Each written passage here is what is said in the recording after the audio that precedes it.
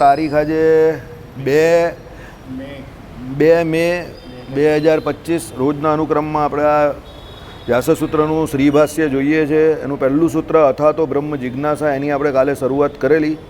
પણ એ પહેલાં છે ને એક વખત ખાલી આપણે આ મંગળાચરણ વાંચી લઈએ. ભગવાન બોધાયને બ્રહ્મસૂત્રની સવિસ્તર વૃત્તિ રચેલી, તેનો પૂર્વાચાર્ય એક સંક્ષેપ રચ્યો. તેઓના મતને અનુસરીને સૂત્રોના અક્ષરોનું વ્યાખ્યાન કરવામાં આવશે. બરાબર, એટલે ઓકે, ચાલો આટલું જ છે. આ તો સંસ્કૃતમાં છે, એટલે આપણે કાલે એનું જે ગુજરાતીમાં નીચે વાંચેલું હોય બરાબર જ હતું. મને એમ કે કંઈ મારા ઘરે ગયો પછી મને એવું થયું કે કંઈ રહી નહીં ગયું ને એમ. પણ આ તો અખિલ ભુવન જન્મ સ્થૈર્ય નાશાદિ લીલા પ્રણત વિધિ જંતુ વૃંદ રક્ષા જ દીક્ષા ગુણગણ થકી દીપે બ્રહ્મ જે શ્રીનિવાસ શ્રુતિમહિમ મુજ તેમામ બુદ્ધિ હો ભક્તિરૂપ વેદાંત શબ્દ ધી ઉદ્ધરેલી મથીને શ્રી વ્યાસવાણી સુધા સંસાર અગ્નિ બળિયા જરિયા મૃત થયા જીવોની ચૈતન્ય અદા પૂર્વાચાર્યોની ચાર્યથી રક્ષિતા બહુમતી વ્યાઘાતથી આદિ જે આણી પાછી નિજ અક્ષરો થકી પીઓ ભૂદેવ નિત્ય જ તે. આવું એનું અનુવાદ કરેલું છે. એટલે કાલે આ વાંચવાનું રહી ગયેલું. મને કાલે પણ થયેલું કે આ વાંચવામાં કે એટલું બધું એ નથી, કારણ કે આ બધી શું અલંકારિત ભાષા છે, એના અર્થ જે છે તે આપણે કાલે સમજી ગયા હતા કે એના અર્થ શું થાય. હવે એ પછી આપણે આ જિજ્ઞાસા અધિકરણમ, બરાબર, એટલે જિજ્ઞાસાનું અધિકરણ જે છે એ શરૂ કરેલું ને એમાં પહેલો જે શ્રીભાષ્યનું પહેલું સૂત્ર અથવા તો બ્રહ્મ જિજ્ઞાસા, એમાં 3 મુખ્ય શબ્દ છે. વિજયભાઈ આ બાજુ આવી જાઓ, સમજવા જેવું છે. નજર ચુરાવવાથી કોઈ ફાયદો નથી.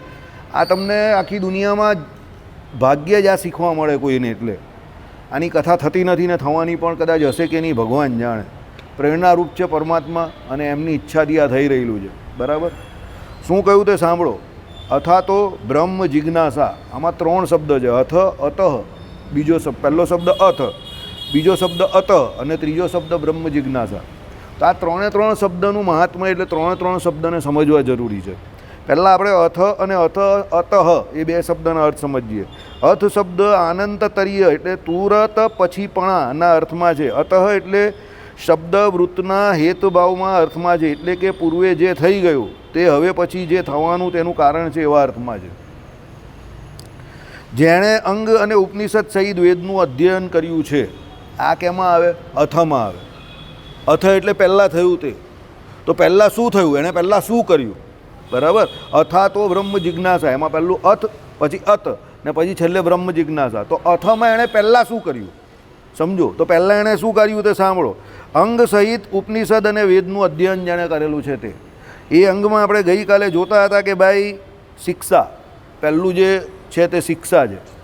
શિક્ષામાં શું આવે છે? તો ઉચ્ચારણ શાસ્ત્ર, કે ભાઈ સ્પષ્ટ રીતે જે કંઈ જેવા શબ્દો જે છે, બરાબર, ઉદ્દાતના અને અનુદ્દાત જે પ્રમાણે એમ કે એનું ઉચ્ચારણ ઉપર નીચે જે સૂર લગાવવાના તે પ્રમાણે જવું પડે તે થાય. અલગ અલગ વેદોમાં, અલગ અલગ ઉપનિષદોમાં એક જ શ્રુતિ હોય છે, એના જે ઉચ્ચારણ છે રાગ રાગીણી પણ થોડાક બદલાઈ જાય છે શ્લોકોના, જે તમે કહ્યું તેના. તો એ પ્રમાણે શિક્ષા જે છે તે ઉચ્ચારણ શાસ્ત્ર છે. આ ગુરુ પાસે જ શીખાય, કારણ કે આ ગુરુ પરંપરાગત જ્ઞાન છે. વેદ જે છે તે ગુરુ પરંપરાગત જ્ઞાન છે, ગુરુ વગર ન શીખાય. તમે જાતે જાતે ભણવા જાઓ તો એના મગજમારી થઈ જાય, ના આવડે તમને. પછી આવે કલ્પ. તો કલ્પમાં શું આવે? તો યજ્ઞાદિ વિધિ સંબંધી ગ્રંથો. ભાઈ કલ્પમાં શું છે કે અલગ અલગ યજ્ઞો તમારે જે કંઈ કરવાના છે તે બધા અંદર આવે. આપણે ત્યાં ઘણા બધા યજ્ઞો આવે જ છે. આમ પણ સોમ યજ્ઞ આવે છે, જેને પુત્ર નહીં થતો હોય તો પુત્ર કામેષ્ટિ યજ્ઞ આવે છે. વરસાદ નહીં થતો હોય તો ઇન્દ્રદેવને રાજી કરવા માટેના યજ્ઞ આવે છે. દરેક પ્રકારના યજ્ઞો આપણે ત્યાં શાસ્ત્રોમાં લખેલા છે. જીવ અહીંયા આવ્યો પછી એને જે ઓછપ કે ઉણપ વર્તે તો એ દૂર કરવા માટે શાસ્ત્રોમાં એના વિધિ બતાવેલા છે. એમાં આહુતિ આપવાની અને તે દેવતાઓને એ પ્રમાણે બોલાવવાના, અને એ પ્રમાણે બ્રાહ્મણ હોય તે શ્લોકનું ઉચ્ચારણ કરે અને તમે આહુતિ આપો, સંકલ્પ કરો એટલે તમારું એ કામ પૂરું થાય. બરાબર, એટલે એ છે કલ્પ. એના પછી આવે વ્યાકરણ. આમ બોલાય વૈયાકરણ. એ લોકો વૈયાકરણ બોલે, આપણે વ્યાકરણ બોલે ને, એ લોકો વૈયાકરણ. વ્યાકરણ એટલો મોટો વિષય છે, એટલો મોટો વિષય છે, એટલો મોટો વિષય છે કે ભણવાવાળા જો એમ કહે કે દેવરાજ ઇન્દ્ર હોય. કોણ હોય? દેવરાજ ઇન્દ્ર. અને ભણાવવાવાળા દેવગુરુ બૃહસ્પતિ હોય. તો 10,000 વર્ષ સુધી પણ પૂરેપૂરું વ્યાકરણ, દેવતાઓના 10,000 વર્ષ સુધી ભણે તો પણ પૂરેપૂરું વ્યાકરણ ભણી શકાય એવું નથી. તો અહીંયાની આયુમાં કાં ભણવાનું કોઈ? સંસ્કૃત વ્યાકરણ એટલું બધું મોટું છે, એની ઊંડાઈ આટલી બધી છે, બરાબર. એટલે એને શું કહ્યું? વૈયાકરણ. પછી આવે છંદ. છંદ ઘણા બધા છે. આપણી આ શિક્ષાપત્રી જે છે તે અનુપસ્તુપ છંદમાં છે, બરાબર. અનુપસ્તુપ છંદ જે છે તે 4 ચરણ હોય. 4 ચરણમાં એક સરખા અક્ષર હોય. સામાન્ય રીતે કંઈ 8 હોય છે, એક ચરણમાં 8 અક્ષર, એટલે 8 ચોક 32 અક્ષર હોય. એ પ્રમાણે અનુસ્તુપ છંદ હોય. એવા અલગ અલગ પ્રકારના છંદ આવે, બરાબર. છંદ આવે, દોહા આવે, આ બધું અલગ અલગ છે. ગાવાનું હોય ને તેમાં આ બધું આવે. એટલે અલગ જગ્યા. હવે આપણે જે શું કહેવાય, આ વેદોમાં જે અમુક જે ગાવાનો ભાગ હોય એને કયા છંદમાં ક્યારે ગાવું, પાનો ચડાવવાનો હોય, આ તે યુદ્ધને વિશે પેલા લોકો જે ગાતા હતા તે રણસિંગુ ફૂકે પછી પેલા લોકો જે ગાતા હોય ને તે આ બધા છંદો હોય અલગ અલગ. એટલે પેલાને એમ કહે કે જોર આવી જાય, સુરાતન ચડે, જોમ આવે. એટલે એ બધા છંદો અલગ અલગ પ્રકારના હોય, બરાબર. ચાલો પછી આવે જ્યોતિષ. તો જ્યોતિષમાં બધા મુહૂર્તો આવે છે, બરાબર. હવે અત્યારે જ તમને કહું, અશોકભાઈને મેં મોકલું છે પણ એ નથી વાંચ્યું. અત્યારે સમય ચાલે છે સોમવાર સુધી. આજે શુક્રવાર થયો ને, આજે શુક્રવાર, પછી ગઈકાલે ગુરુવારે, પછી રવિવારે અને સોમવારે, આ 4 દિવસ જે છે ને રવિ યોગ બને છે. હવે એ રવિ યોગમાં તમારા કોર્ટ કચેરીના કોઈ કામ હોય કે તમારા બીજા કોઈ કામ હોય તો એમાં જે કામ હોય તે તમને એને લક્ષીને જે મંત્ર હોય, આદિત્ય હૃદય સ્તોત્ર છે, શિવમંગળ સ્તોત્ર છે, એ બધાના જો તમે પાઠ કરો તો તમારે જે કંઈ કામ હોય તે તમારા પૂરા થઈ જાય. એ રવિ યોગમાં તમારે સંકલ્પ કરીને એ પાઠ કરવા પડે કે આ કામ માટે એ કરું છું. એ સમય બહુ શ્રેષ્ઠ છે. એ બધું મેં અત્યારે સોમવાર સુધીનું અશોકભાઈને મોકલું છે. એ નહીં કરવાની એ વાતની મને ગેરંટી છે, પણ એ ભાઈ જે હિસાબે બધે દોડધામ કરે એટલે મેં મોકલી આપ્યું કે તમે આ યોગમાં આ પ્રમાણે કરો તો કદાચ તમને સફળતા મળે, બરાબર. હવે એ રવિ યોગ જે કયો, હવે આ જ્યોતિષ છે કે એમાં મુહૂર્ત બતાવેલા છે, બરાબર. પછી અભિજીત મુહૂર્ત આવે, આખા દિવસમાં એક વખત આવે, તો એ વિજય મુહૂર્ત છે. એમાં તમે કોઈ પણ કામ શરૂ કરો તો તમને એમાં વિજય મળે.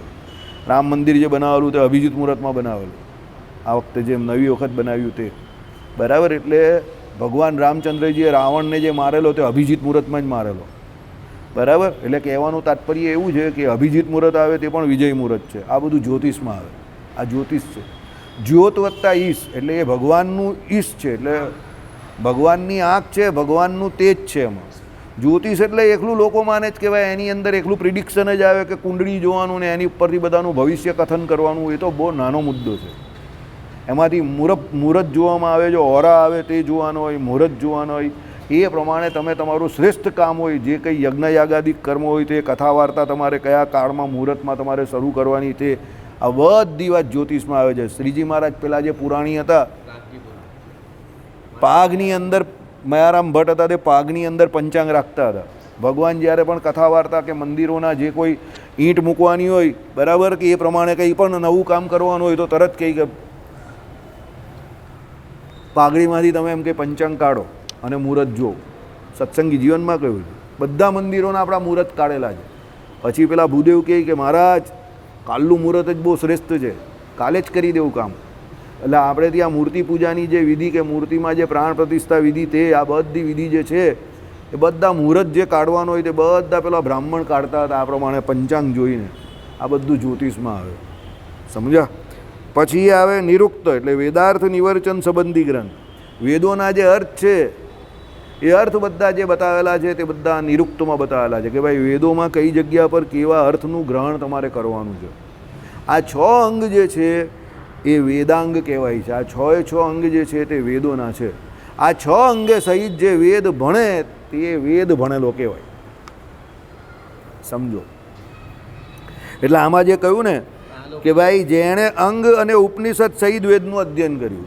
ઉપનિષદ એટલે વેદાંત અને અંગ જે આવે તે આ વેદના, એટલે વેદનો અંત જે આવે તે ઉપનિષદ, બરાબર. એમાં તૈત્રીય ઉપનિષદ ને આ બધું આવે. તૈત્રીય ઉપનિષદ એટલે એવું કે પેલા એ હતા ને તીતર પક્ષીઓ બધી એ રૂચાઓ પેલી એ કરી ગયેલા, વમન કરેલી ને એવું બધું કંઈ હતું. એક કયા ઋષિ હતા એને એની ઉપરથી એ બનાવેલું. સાંડિલ્ય ઋષિ કહેતા કે એવું કંઈક હતું.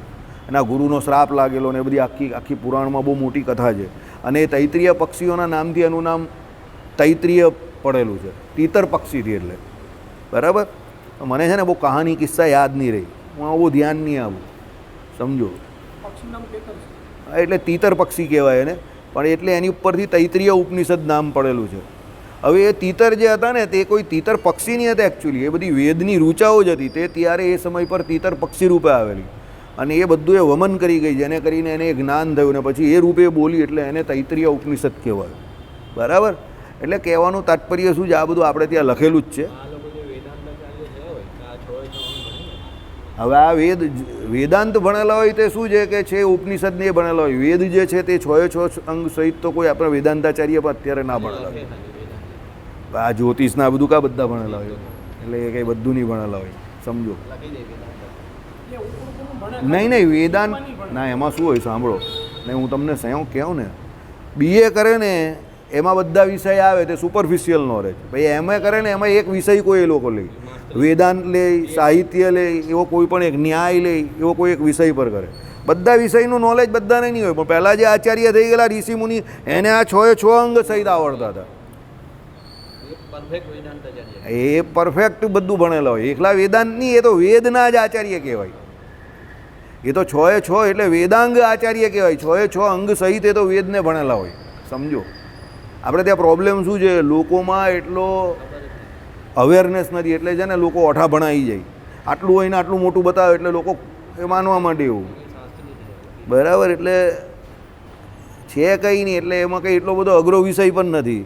હું હકીકતમાં તમને કહું, જે એન્જિનિયરિંગ શીખેલો હોય ને, હવે એના માટે આ કંઈ એટલો અઘરો વિષય નથી. હું તો ગેરંટી જોડે કહું છું. જેને એન્જિનિયરિંગ ભાવેલું હોય ને, જેની એન્જિનિયરિંગમાં 60-70% આવેલો હોય એને કંઈ આબો એટલા બધા અઘરા વિષય નથી. તમને શ્રદ્ધા હોવી જોઈએ, તમે મંડી પડો તો આવડી જાય. તમારે શું કોઈ એક જોઈન કરવી પડે સંસ્થાને, સિરિયસલી ભણવું પડે, આવડી જાય. એમાં કાં કંઈ છે, તો એટલું અઘરું નથી. બરાબર?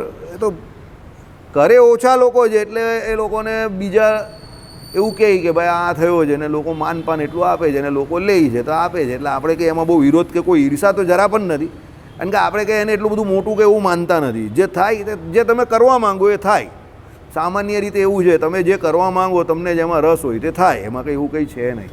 ગોલ્ડ મેડલ બી આવી જાય એમાં, પણ ગોલ્ડ મેડલ આવે પછી શું છે, મેઇન તમારે કરવાનું છે જીવનમાં તે શું કરવાનું છે, ભક્તિ કરવાની છે, ભજન કરવાનું છે. આમાં ગોલ્ડ મેડલ આવે તો પણ કંઈ કામનો નથી. ગોલ્ડ મેડલને લટકાવો તો કે અક્ષરધામ મળી જવાનું છે, સમજો. મારું કહેવાનું તાત્પર્ય શું છે કે તમે આ બધું ભણો પછી પણ ભક્તિ તો કરવાની જ છે, ડિગ્રી મેળવવાની છે.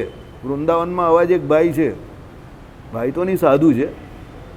હવે એ ભણવા ગયા અને એના ગુરુએ કહ્યું, એટલે ગુરુની આજ્ઞાથી ભણવા ગયા, બધું ભણ્યા. ગુરુએ પૂછ્યું કે ભાઈ તમને હવે હા, પછી પરીક્ષા માટે ફોર્મ બી પણ ભર્યું, બધું કર્યું. ભાઈ ગુરુ કંઈ પરીક્ષા આપવા નહીં ગયા. એ ગુરુને કહી દીધું મારે પરીક્ષા આપવાની કોઈ જરૂર નહીં, તમારી આજ્ઞાથી ભણી લીધું, જાણું છું, મારે ડિગ્રીની કોઈ જરૂર નથી. ગુરુ રાજી થઈ ગયા એની પર, કે હું રાજી થઈ ગયો ભાઈ તારા કામથી, ખુશ થઈ ગયો, તો હવે ભણાવજે બીજાને. તે બીજાને ભણાવે છે, એની પાસે કોઈ ડિગ્રી જ નથી. એ કે મારે ડિગ્રીની કાં જરૂર છે? બરાબર? એટલે ડિગ્રી કંઈ જરૂરી નથી એટલી, તમે સમજો. તમને કોઈ વિષયમાં રસ હોવો જરૂરી છે, તો ડિગ્રી કરતાં વધારે તમે હોશિયાર થઈ જાઓ. બરાબર? જેને ડિગ્રી લીધી એનાથી વધારે તમને આવડી જાય. કેમ? તમને રસ છે એટલે આવડી જાય.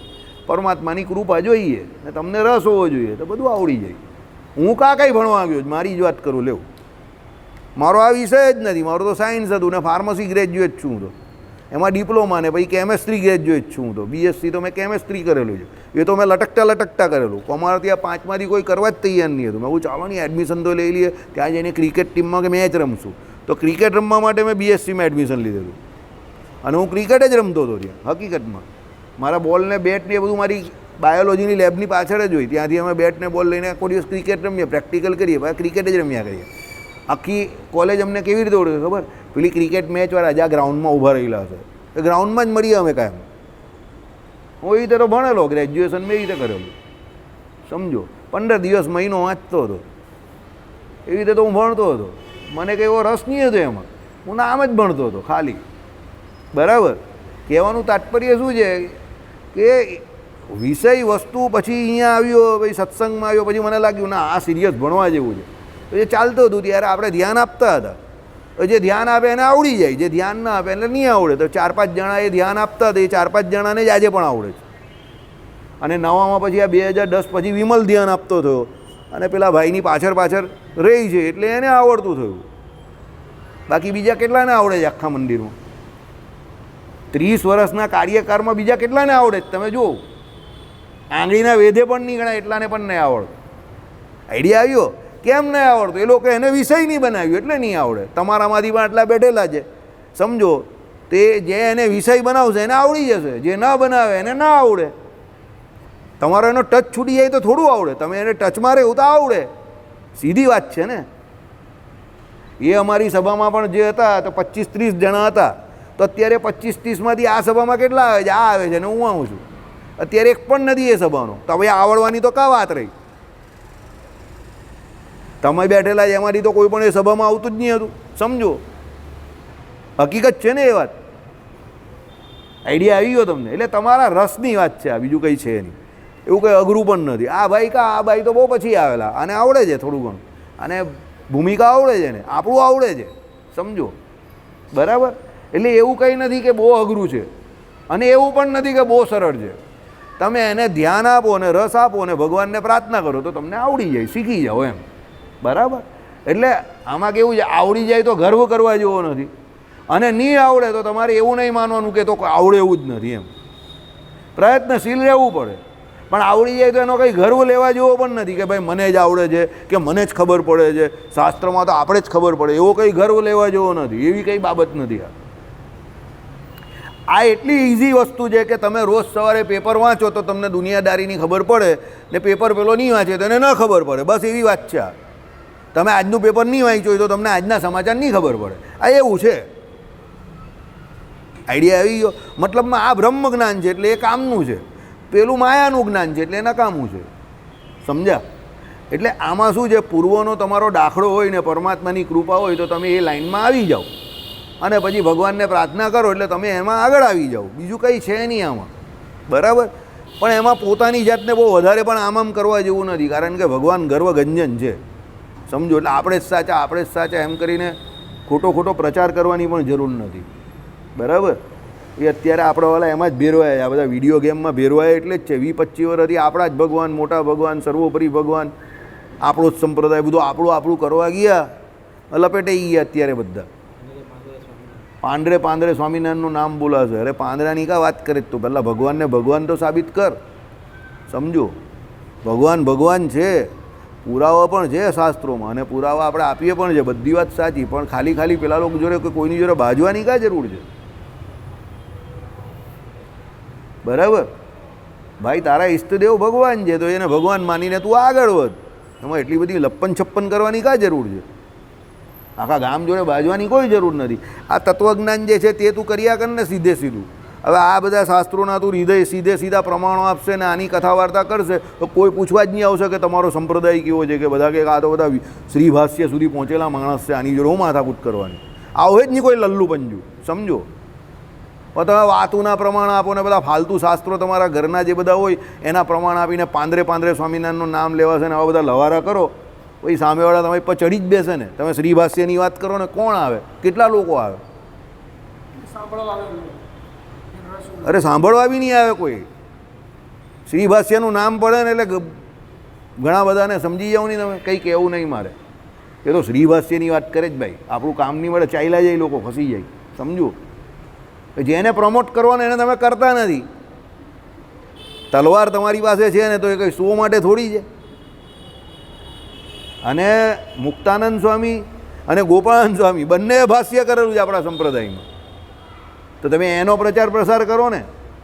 એનો કોઈ દિવસ પ્રચાર પ્રસાર કરતા નથી. કેમ? પેટમાં દુખે છે કે એનો પ્રચાર પ્રસાર કરે તો લક્ષ્મીનારાયણનો પ્રચાર પ્રસાર થાય ને, વિશિષ્ટા દ્વૈત વેદાંત પ્રમાણે. તે આપણાવાળાને એ પેટમાં દુખે છે. લક્ષ્મીનારાયણનો પ્રચાર નહીં કરો, સ્વામિનારાયણનો જ કરવો છે. હરિકૃષ્ણ મહારાજ સ્વામિનારાયણ. એટલે ઊંધા પડે છે. પછી ભગવાનનો મિસયુઝ કરવા જાય. કોઈ ભગવાનનો મિસયુઝ કરી શકે? પરમાત્માનો કોઈ મિસયુઝ કરી શકે? કોઈ નહીં કરી શકે. એ કરવા ગયા, ઊંધા પડી ગયા, બરાબર. આવું છે. ચાલો, એટલે જેણે અંગ અને ઉપનિષદ સહિત વેદનું અધ્યયન કર્યું છે અને જેને અલ્પ અને અસ્થિર ફળવાળા કેવળ કર્મનું જ્ઞાન થયાથી મોક્ષની ઈચ્છા ઉપજી છે. એટલે શું છે કે ભાઈ આ બધા જે કોઈ અલ્પ અને અસ્થિર ફળવાળા કેવળ કર્મ જે છે એનું જ્ઞાન થઈ ગયું ને કે ભાઈ આ બધા તો અલ્પ છે ને અસ્થિર છે, આ કંઈ કાયમ સ્થિર નહીં રહેતા, અને આનું ફળ કેટલું છે, બહુ બધો સ્વર્ગ લોકમાં જવાય, કાં 14 લોકના બ્રહ્માંડમાં બ્રહ્મનું પદ પામી જશે. એનાથી વધારે શું પ્રાપ્તિ થઈ?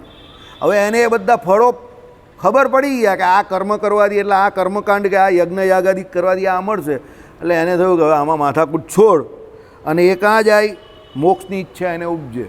ચોથું, 8મું અને 12મું આ ત્રિકોણ જે છે તે મોક્ષ ત્રિકોણ છે કુંડળીની અંદર. તમારી કુંડળી જે આમ આમ આમ આમ આવે અને આમ આમ આમ આમ આવે.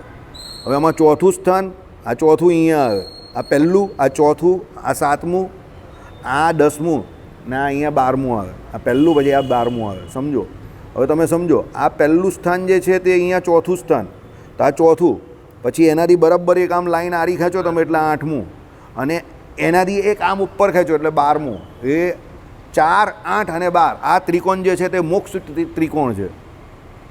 હવે ચોથે, 8મે અને 12મે સમજો, કોઈને શુભ ગ્રહ બેઠો હોય, કાં કેતુ બેઠો હોય, ક્યાં શનિ બેઠો હોય, કાં ગુરુ બેઠા હોય, આવા ગ્રહો જેને બેઠા હોય એની મોક્ષ તરફ સીધે સીધી ગતિ થવાની ને થવાની, એ બાજુ જ જાય. તમે જોજો જેને ચોથે, 8મે ને 12મે ગુરુ કાં કેતુ કાં શનિ આવા ગ્રહ બેઠેલો હોય ને એ રોજ મંદિરે જ આવતો હોય. એનું મંદિર આવવાનું હોય ને હોય જ, મંદિર જ એનું સ્થાન હોય. એમાં કેતુ બેઠેલો હોય ને ચોથે, એ એના ઘરની નજીક કંઈ ને કંઈ બહુ મોટું ધર્મનું સ્થાન હોય જ. ઘરની આજુબાજુમાં કોઈ મંદિર, કંઈ ને કંઈ દેવાલય કે એવું હોય જ. એટલે બાળપણથી જ એને એ ધર્મના સંસ્કાર મળે. 12 એટલે જે 9 ગ્રહ છે ઓરિજિનલ, અને 12 જે સ્થાન છે એમાં કેતુ એક એવો ગ્રહ છે કે જે તમને મોક્ષ અપાવવા આવેલો છે. યાદ રાખજો, કેતુ તમને છોડાવવા આવેલો છે સંસાર. રાહુ જે છે તે તમને લસ્ટ, સંસારને ભોગવવાની ઈચ્છા આપે છે, અને કેતુ જે છે તે તમને સંસાર છોડવાની અંદરથી પ્રતીતિ કરાવે છે. 9 ગ્રહમાં કેતુ જે છે તે જીવનો સૌથી વફાદાર મિત્ર છે, પણ આપણે એને ઓળખી નહીં શકતા. કેમ? એ તમને લક્ઝરી નથી આપતો, એ તમને આ લોકના સુખ નથી આપતો. એ તમને વાસ્તવિકતાથી પરિચિત કરાવે છે કે દુનિયા કેવી છે, કેટલી કઠણ છે, કેટલા વિચિત્ર છે લોકો. અહીંયાના મા બાપ, ભાઈ, ઘર બાર બધું જે છે તે તમારે છોડવાનું છે. એટલે જેને કેતુની દશા આધેડ વયની ઉંમરમાં આવે ને એ સમજવાનું કે એના માટે ભગવાને બહુ મોટી કૃપા કરેલી છે. કારણ કે આધેડ વયની ઉંમરમાં એ વ્યવહારિક કામ કંઈ કરવાનું નહીં હોય, મંદિરે જઈને ભજન કરવાનું હોય. કાં શનિની દશા આવે તો એમાં શું થાય? એ ભગવાન તરફ વળે અને એની આ લોકની આસક્તિ જે છે ને તે ધીરે ધીરે ભગવાન તોડાઈ નાખે. કેતુ તો શરીરમાં આસક્તિ પણ તોડાઈ નાખે. કેતુ એટલે શરીર છે અને રાહુ એટલે ઉપરનો ભાગ છે. એટલે જેને કેતુની દશા આવે છેલ્લે એનું શરીર પણ બરાબર રહે નહીં, એટલે શરીરમાં આસક્તિ હોય એ પણ તૂટી જાય. એટલે એ સીધો ભગવાનની પાસે જ જાય. પછી એને કોઈ ઈચ્છા રહી નહીં આ લોકની. 12મે કેતુ, મીનનો કેતુ હોય તો મોક્ષકારક કયો છે. ચોથે કેતુ, 12મે ગુરુ પણ સારો. 8મે કેતુ હોય તે પાછા 4, 8 ને 12માં જેને કેતુ હોય ને એને ઇન્ટ્યુશન પણ થતું હોય. આવનાર જે ઘટના હોય ને એ ઘટના વિશે એને જાણકારી થતી હોય.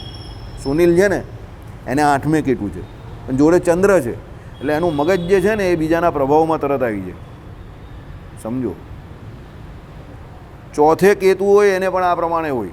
અને 12મે કેતુ, હરિપ્રકાશ શાસ્ત્રીને 12મે કેતુ છે, અને એમના ચોથા સ્થાનમાં શનિ છે. તે કેતુની 5મી દ્રષ્ટિ સિદ્ધિ એના ચોથા સ્થાનના શનિ પર પડે છે. એટલે એ ભાઈ સાધુ થઈ ગયા. શનિ કેતુનો સીધો દ્રષ્ટિમાં આવી ગયા ને એટલે સંન્યાસીઓ.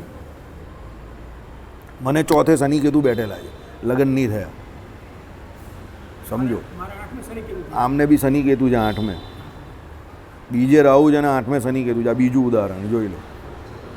આને લગ્ન થયેલા તો બી કોમ્બિનેશન જ એવું છે. બરાબર, જોવાવાળા જે હોય ને તે આવું જોઈ ને એટલે સામાન્ય રીતે હું કંઈ ખબર ડરાવી નાખે પેલાને. આ તારું સંસારમાં કંઈ થવાનું નથી, આમ છે તેમ છે, ફલાણું ઢીમકું, એમ કરીને માણસને ડરાવી નાખે. પણ એકચ્યુઅલી વસ્તુ શું છે? એ ડરવાની જરૂર નથી, એણે સંસાર છોડવાની જરૂર છે. કારણ કે એ સંસારનો જીવ જ નથી. આ 3 ઉદાહરણ તમને અહીંયા બેઠા બેઠા મેં આપી દીધા. હરિપ્રકાશ શાસ્ત્રી, કેતુથી દ્રષ્ટ શનિ, કેતુની 5મી દ્રષ્ટિ શનિ ઉપર, 12મે કેતુ અને ચોથે શનિ. હું ચોથે શનિ કેતુની યુતિ, આ ભાઈ 8મે શનિ કેતુ. આ 3 ઉદાહરણ અહીંયા બેઠા બેઠા આપી દીધા. જોઈ લો, 3 ઘરવાળી નથી. 3 ઘરવાળી નથી. 2 કરેલી એટલે 2 નહીં કરી ને નહીં થઈ. એક કરી તો બી ઝૂલે ઝૂલેલાલ મસ્ત કલંડર થઈ ગયા. સમજો, એટલે તો આપણે કોઈ એમ કહેતો હોય કે ભાઈ જ્યોતિષ છે ફેકોલોજી છે ફેકોલોજી છે, આ 3 ઉદાહરણ નજીકની આવે તમારી નજરની સામે છે, જોઈ લો તમે. બધાનું એવું નહીં હોય, એની ડિગ્રીને એ બધું જોવાતું હોય, પણ અંતે જાતે એ લોકો, આ લોકોનું કેવું હોય ખબર, આ લોકો છોડે ને તો વધારે સુખી થાય, પકડે તો વધારે દુઃખી થાય. હું આ ભાઈને એટલે કહું છું કે તમે જ્યાં સુધી દોડ્યા કરો ને આ બધા કેસમાં ને એમાં તમે વધારે દુઃખી થો. તમે એને લટકતું છોડી દો, જાઓ ભગવાન ઉપર છોડો ને તમે અહીંયા જેટલું થાય એટલું કર્મ કરો, તમે સુખી થઈ જાઓ. કેતુ છોડાવનારો ગ્રહ છે, પકડાવવાનો ગ્રહ નથી, સમજો. અને હાથમાં શનિ કેતુ 2 બેઠેલા છે, એટલે એમણે ભગવાન તરફ, ભજન તરફ જ લક્ષ આપવું જોઈએ. મોક્ષ થઈ જાય એવા માણસનો, કારણ કે મોક્ષ ત્રિકોણમાં જ બેઠેલા છે કેતુ ને શનિ. બરાબર. જ્યોતિષ આપણો એટલો કંઈ વિષય નથી, બહુ ઓછું જાણીએ છીએ આપણે તો, બહુ ઓછું એટલે બહુ ઓછું જાણીએ છીએ, પણ જેટલું છે ખબર પડે એટલી આ તમને વાત કરું. હરિપ્રકાશ શાસ્ત્રી સાધુ બનીએ એનો સીધો આ જ છે, ને 7મે બી એમને કંઈક એવું જ બેઠેલું છે. 7મું લગ્નનું સ્થાન, એમાં પણ કંઈક બેઠેલો જ કોઈ ગ્રહ, એટલે લગ્ન થાય જ નહીં, સમજો. અને થાય તો એ માણસ સુખી નહીં થાય લગ્ન જીવનથી. બરાબર. ચાલો, જય સ્વામિનારાયણ. ભૂલચું કોઈ તો માફ કરજો, થોડી ગાડી આમ તેમ ચાલી, પણ હવે શું કરીએ. તો મોક્ષની ઈચ્છા ઉપજી છે એ શબ્દ આવ્યો ને એટલે કે ભાઈ કર્મ તમે કરો, પણ કર્મ કરવામાં મજા નહીં આવે, એટલે જીવ પછી છેલ્લે શું કરે, મોક્ષ તરફ જાય. એટલે શું કહ્યું કે કર્મકાંડ અથ અને અત, આ 2 શબ્દ છે. તો અથમાં પહેલાં બધું વેદ ભણે, એ પહેલાં અથ એટલે પહેલાં. તો પહેલાં એ શું કરે, તો વેદ અંગે સહિત ભણે, ઉપનિષદ ભણે, બરાબર, બધું અંગે સહિત ભણે. પછી એનાથી શું થાય, એને આ લોકના બધા કર્મની પ્રાપ્તિ થાય. પછી એને છેલ્લે થાકી જાય, એટલે પછી એ અતઃ પર આવે. અથ એટલે પહેલાં અને અતઃ એટલે પછી. તો પછીમાં એ શું કરે, બ્રહ્મ જિજ્ઞાસા, કે ભાઈ હવે ભગવાનનું ભજન કરો તો મોક્ષ થઈ જશે. સમજી ગયા અશોકભાઈ? આઈડિયા આવી ગયો? આ છે. આને પણ એવું કહે હશે, આને પણ હશે, ગેરંટેડ કહું 100% હશે. આને પણ કહ્યું 4, 8 ને 12માં. બરાબર. ગ્રહસ્થની આખી કુંડળી અલગ હોય. સદગ્રહસ્થ હોય ને એની કુંડળી અલગ હોય. એને શું હોય, સારા સદગ્રહસ્થ હોય ને એને 1, 4, 7 ને 10, એમાં છે ને 1, 4 ને 10માં સારા ગ્રહ બેઠેલા હોય. જે સુખી ગ્રહસ્થ હોય ને, ગાડી બંગલાવાળા ને એવા, તમને એવું લાગે ને જન્મજાત પેલા બહુ સુખી છે, શ્રીમંત છે, ગર્ભ શ્રીમંત છે, તેની 1, 4 અને 10 આમાં છે ને કેન્દ્રની અંદર ઊંચના ગ્રહ બેઠેલા હોય, કાં સ્વરાશિસ્થ ગ્રહ બેઠેલા હોય, ડિગ્રી બી બહુ સારી હોય. એટલે એ લોકોને કહ્યું કે બધું સામેથી આવે, પેલું પાછળ મ્યુઝિક યશ ચોપડાની પિક્ચરનું વાગે, સમજો. ને આપણામાં પેલું ફાલતુ પેલા અંડરવર્લ્ડના પિક્ચર નહીં આવે, પેલા ઝૂંપડપટ્ટીથી શરૂ થાય ને ગોળીબાર થાય ને આને તેને પેલો ભાગતો જ હોય, હીરો ભાગ્યા જ કરે, છેલ્લે શાંતિથી બેસે, પછી છેલ્લે એને ખબર પડે કે આના કરતાં બેઠેલો સારો હતો, ભાગીને થાકી ગયો. તો આપણામાં એવું હોય. બરાબર. એટલે એ પૂર્વના સંસ્કાર છે, એમાં કંઈ તમારું કે મારું કંઈ નહીં ચાલતું, નિયતિ બને એ પ્રમાણે. કેશુ સ્વામીને છેલ્લે જે શરીરમાં તકલીફ હતી ને, મને એવો ડાઉટ હતો કે એમને બી કદાચ છેલ્લે કેતુની દશા આવી હશે. કેતુ શરીરથી તમને તોડી નાખે. અને કેશુ સ્વામી અહીંયા આવેલા ત્યારે જ બોલેલા, વાસુદેવ શરીરને દુઃખ છે ને આમ બહુ સારું છે. એવું કેમ? આસક્તિ છેલ્લે જીવને શરીરમાં જ રહી જાય છે. આ સાલી આસક્તિ શરીરમાંથી તૂટી જાય ને તો જીવ મુક્ત થઈ જાય. એ વાત મને કરી કે જ્યારે મને કેન્સર થયું ને, જ્યારે ઊભું થવાનું કહેવાનું નહોતું ને, ત્યારે મન સ્થિર. હા, જ્યારે શરીર હાલતું થયું ને તો મન અસ્થિર થઈ ગયું. સાચી વાત. એને મને એની મનની વાત કરેલી મને. સાચી વાત છે. એ તો એકદમ સાચી વાત છે. અમે બંને ભાઈ કોરોનામાં હતા તો રાતે 2 વાગે ઘનશ્યામ મહારાજની મૂર્તિ ખોલ્લે બેસતા હતા. આખો દિવસ ઊંઘવાનું જ કામ હોય, બીજું કંઈ કામ નહીં. એટલે રાતે 2 વાગે ઊંઘ ખુલી જાય. આખો દિવસ ઊંઘો તો તમે રાતે 2 વાગે તો ભાઈ શું કરીએ? તો બંને એકબીજાને જોઈ, કેમ છે? અમારે પાસે કોમેડીનો કોમેડીનો સ્વભાવ, કેમ છે? એટલે હું એને કેમ ઊંઘ નહીં આવડી?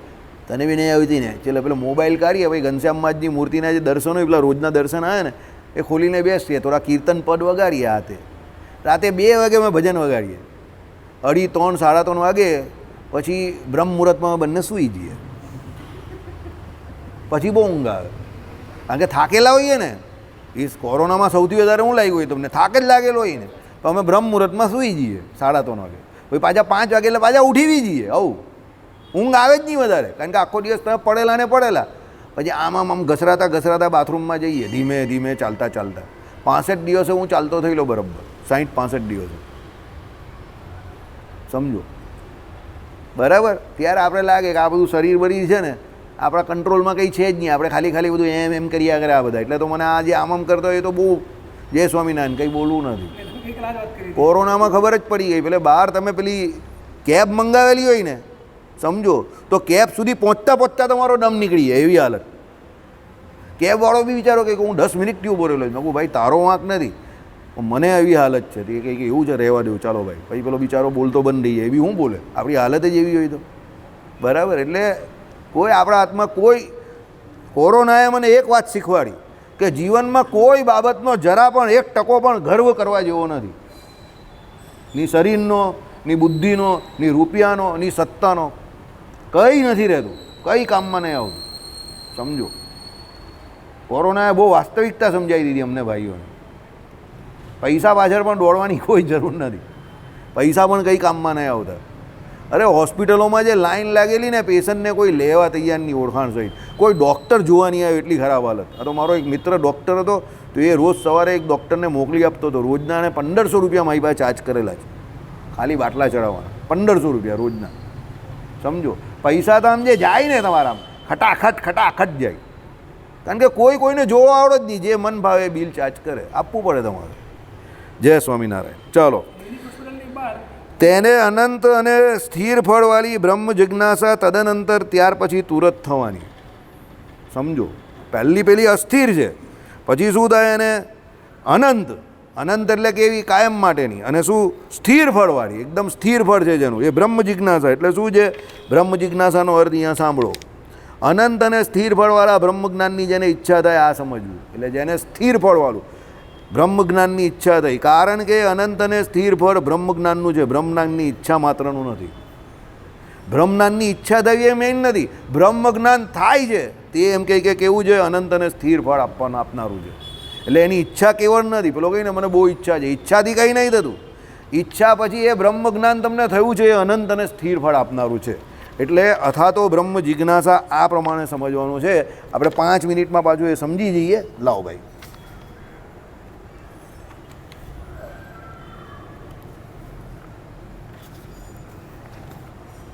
આ ઉપર કરો.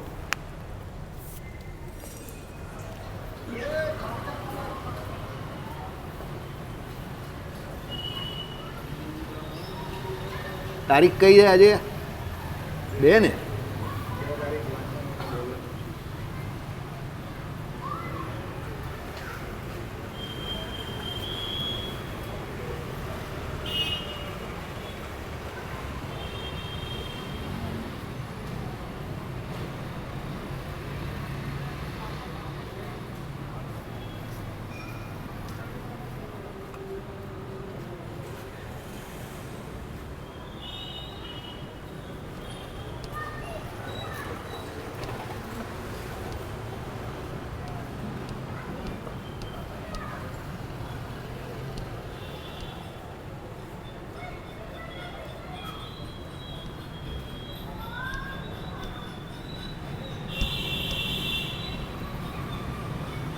સમજો 3 શબ્દ છે આમ. અથ,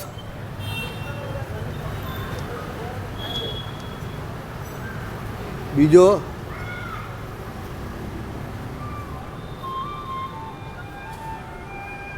અને ત્રીજો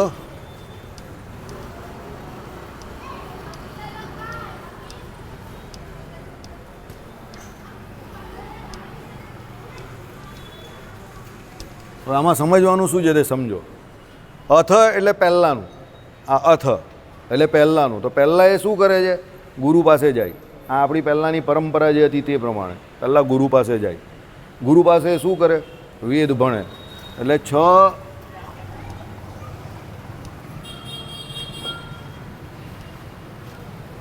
લાવો ભાઈ, પેલો એ આપી દે ને જરા, ભૂસી જ નાખવા રે પછી અતઃ પછી જ લખું.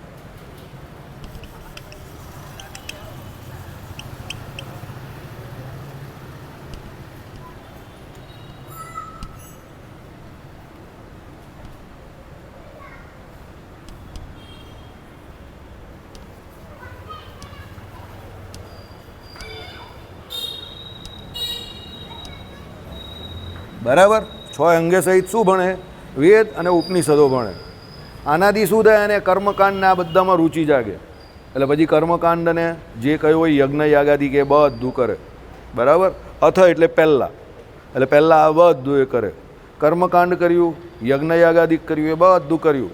એનાથી છેલ્લે એને શું થયું? અસ્થિર ફળ મળ્યું. શું ફળ? આ લોકથી 14 લોકના બ્રહ્માંડનું સુખ મળે. એટલે પછી એ બધાથી કંટાળે એટલે અતઃ પર આવે. એટલે અતઃ એટલે પછી. કયા પછી? આ બધું કરે એ પછી.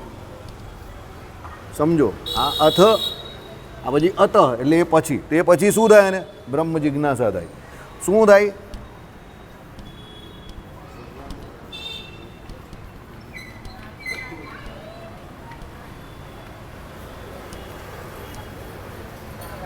હવે આમાં પાછું એટલે બ્રહ્મને જાણવાની ઈચ્છા થાય, એનાથી કોઈ એને સ્થિર ફળ નહીં મળતા.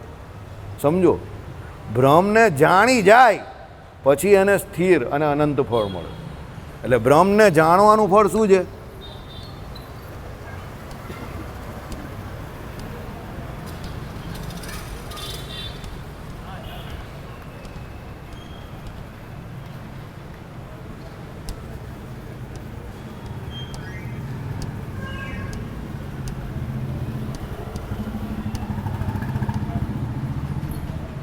એટલે જે જાણી ગયો, બરાબર, જે બ્રહ્મને જાણી ગયો એને એમ કહે કે શું? સ્થિર અને અનંત ફળ મળે. એની ઈચ્છાથી નહીં થતું ખાલી. સમજો, બ્રહ્મને જાણવાની ઈચ્છા થાય એનાથી એને સ્થિર ને અનંત ફળ નહીં મળતું. પણ બ્રહ્મને જે જાણી ગયો એ જાણી ગયો પછી એને સ્થિર ને અનંત ફળ પ્રાપ્ત થાય. સ્થિર ને અનંત ફળ કયું પ્રાપ્ત થયું? આપણે સંપ્રદાય પ્રમાણે અક્ષરધામમાં ગયો તે. આ પહેલું સૂત્ર જે છે એનું આ પ્રમાણે આટલું સાદું ગુજરાતી આ પ્રમાણે લખેલું છે. કેટલું સરળ કરી નાખ્યું જો આનંદ શંકર ધ્રુવે. તમે બધા હવે આજકાલ સ્ટુડન્ટ કોના થઈ ગયા? શ્રી ભાષ્યના સ્ટુડન્ટ થઈ ગયા. અથવા તો બ્રહ્મ જિજ્ઞાસા પહેલું સૂત્ર જે છે તે એમણે કેટલું સરસ સમજાવી દીધું. હવે આની ઉપર 200 લગભગ 28 પાનાની ટીકા ચાલુ થશે આટલું સમજાવવામાં. બાકી આ ઓરિજિનલ એનું જે ગુજરાતીમાં ભાષ્ય જે છે તે આ છે, આટલું જ છે. 3 શબ્દ જ છે, અથ, અત અને બ્રહ્મ જિજ્ઞાસા. અથની અંદર શું આવે? પહેલાં પેલો બધું કર્મકાંડ આદિ જે કંઈ 6 અંગે સહિત જે ભણે, કાલે આપણે જોયું ને, શિક્ષા આવે, વ્યાકરણ આવે, છંદ આવે, નિરુક્ત આવે, બરાબર, કલ્પો આવે, કલ્પમાં યજ્ઞ યાગાદિક કર્મો આવે તે આવે, બરાબર. આ બધું જે છે તે ભણે પછી એને આ લોકના સંબંધી જે અસ્થિર ફળ મળે, પરલોક સંબંધી જે 14 લોકના બ્રહ્માંડના મળે, પછી એ બધાથી કંટાળે. પછી એને થાય કે આમાં કંઈ મજા નથી. મેં તમને હમણાં કહ્યું ને એ પ્રમાણે 4, 8 ને 12માં કેતુ હોય, ગુરુ હોય, આ લોકોની જેમ. એને પછી કંટાળો આવે, પછી એ થાકી જાય. આમાં કરવાથી પણ કંઈ ફાયદો નથી. સુખ મળે છે તે બી સુખાભાસ છે, અસ્થિર સુખ છે. એટલે પછી એ શું થાય? બ્રહ્મને મેળવવાની ઈચ્છા થાય. પછી એ બ્રહ્મને જાણે એટલે બ્રહ્મને જાણવાથી એને શું થઈ જાય? સ્થિર અને અનંત ફળ પ્રાપ્ત થાય. સમજો, એટલે એ મોક્ષ તરફ આગળ વધે. બરાબર. સમય સમાપ્તિ કી ઘોષણા. આ પહેલું સૂત્ર થઈ ગયું, અથવા તો બ્રહ્મ જિજ્ઞાસા. હવે તમે પણ જઈને કહેજો તમારા ઘરે કે અથવા તો બ્રહ્મ જિજ્ઞાસા થઈ ગઈ મને. હવે આ બધું છોડીને ચાલ્યો જવાનું હતું. શ્રીપતિમ શ્રીધરમ સર્વદેવેશ્વરમ ભક્તિધર્માત્મજમ વાસુદેવ અમરે. જાણવાથી લખો તો બી ચાલે. લેવો.